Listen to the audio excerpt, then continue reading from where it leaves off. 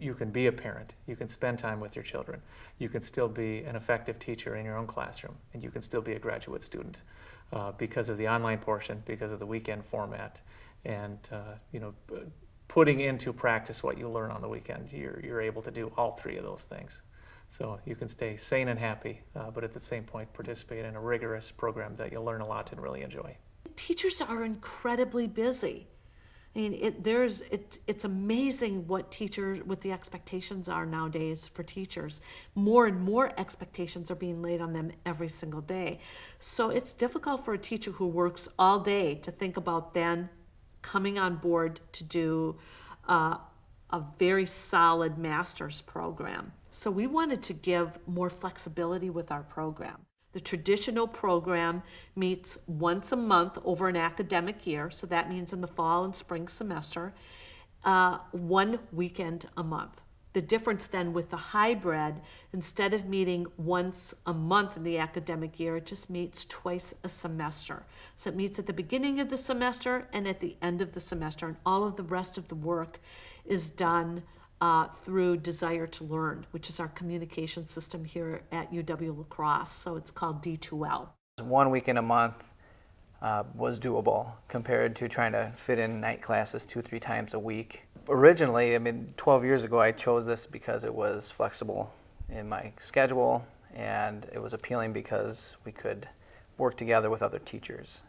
And once I got into it, of course, it just became 10 times more than just those simple things. And I started impacting who I am as a person and impacting kids.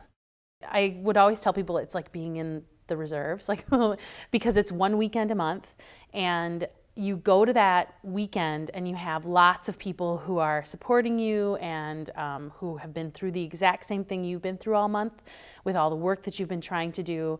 And I put aside time during my week and month to do my work. So I would have Sunday nights was typically the nights that I would just devote to doing learning community.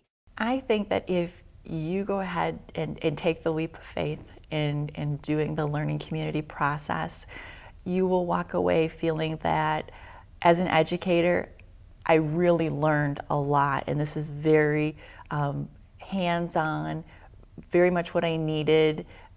I felt like I've grown professionally. I've grown building relationships with other people that teach the same skills that I do or the same courses that I do.